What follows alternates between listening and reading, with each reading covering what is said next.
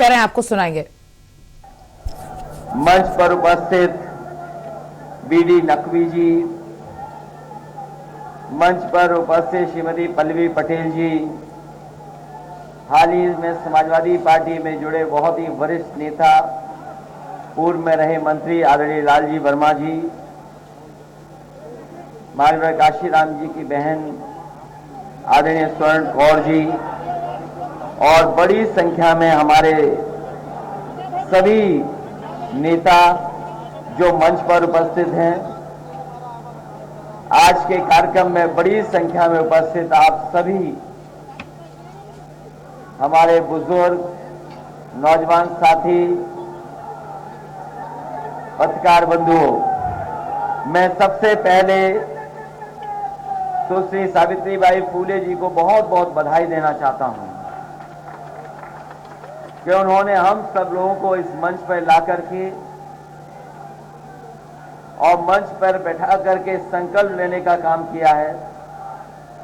और हम उनको भरोसा दिलाते हैं, मंच पे जितने भी साथी बैठे हैं, मैं उनकी भावनाओं से अपनी भावना जोड़ता हुआ कह रहा हूं कि जो संकल्प उन्होंने याद दिलाया है, हम समाजवादी लोग आपके संकल्प के साथ खड़े हैं। और जिस तरीके से अंबेडकरवादी आज आगे निकल करके आए संविधान को बचाने के लिए, हम समाजवादी लोग भी उनके साथ कंधे से कंधा मिला करके उनके साथ खड़े दिखाई देंगे। मैं अभी आदरणीय प्रकाश अंबेडकर जी और तमाम वक्ताओं को सुन रहा था।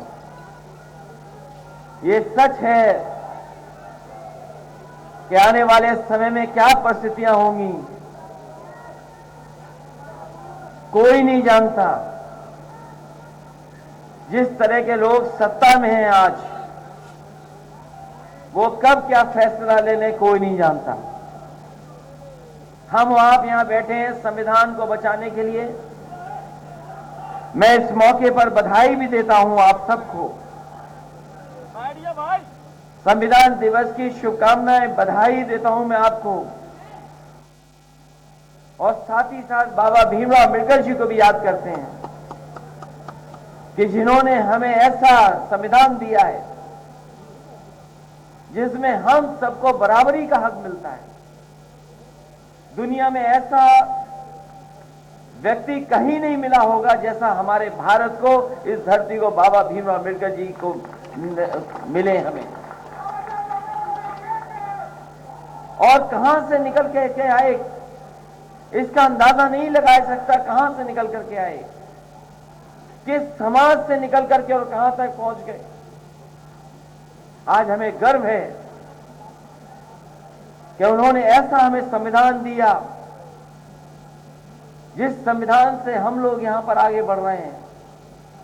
अगर आज हमें तमाम लोगों के आजादी लड़ने के समय जिन्होंने जान दी, कुर्बानी दी, देश आजाद हुआ हमारा, हमें लोकतंत्र मिला।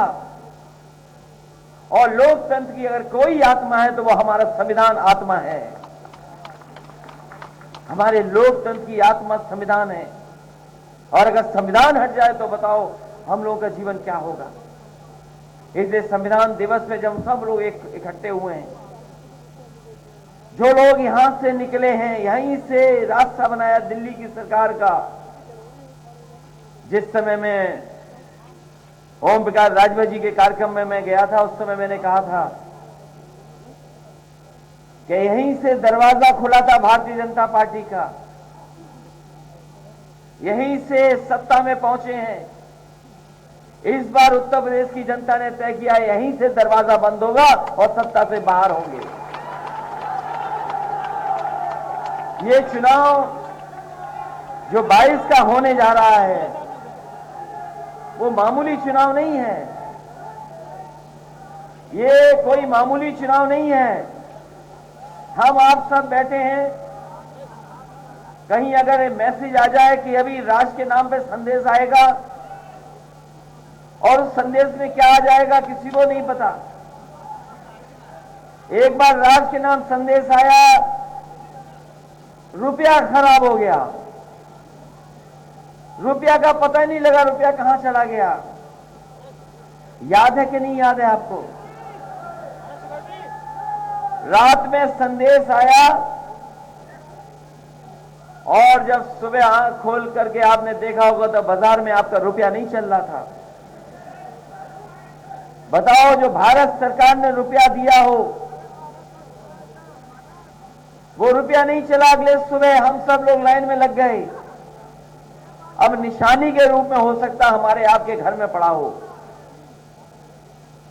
एक दिन फिर राज के नाम संदेश आया, 3 काले कानून वापस हो गए जो पार्लियामेंट से वापस होने थे, वो टीवी के संदेश से वापस हो गए।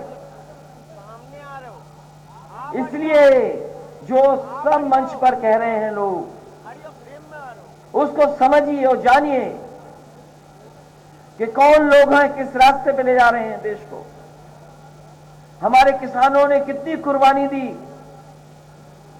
600 से ज्यादा किसान शहीद हो गए, 600 से ज्यादा किसान शहीद हुए हैं। और किन के लिए कानून बन रहा था? वो किसानों के लिए कानून बन रहा था। कितनी बार पॉलिटिकल पार्टीज ने समझाया कि जो इन लोगों के लिए आपने कानून बनाया है वो नहीं पसंद कर रहे हैं, वो नहीं चाहते, तो आप लागू क्यों कर रहे हो? तो सोचो सरकार की जिद कैसी थी। गर्मी रही हो, पानी वर्षा हो, सर्दी रही, न जाने कैसे कैसे मौसम आए, क्या क्या नहीं झेलना पड़ा उन्हें, किन किन चीजों का सामना नहीं करना पड़ा। कीलें लगा दी गई, बोल्डर लगा दिए गए, आरसीसी की दीवारें चुन दी गई, ट्रैक्टर गाड़ी नहीं चला सकते थे आप। बताओ, हमारे देश पे गर्व है इस बात का। तो अभी आपने सुना सपा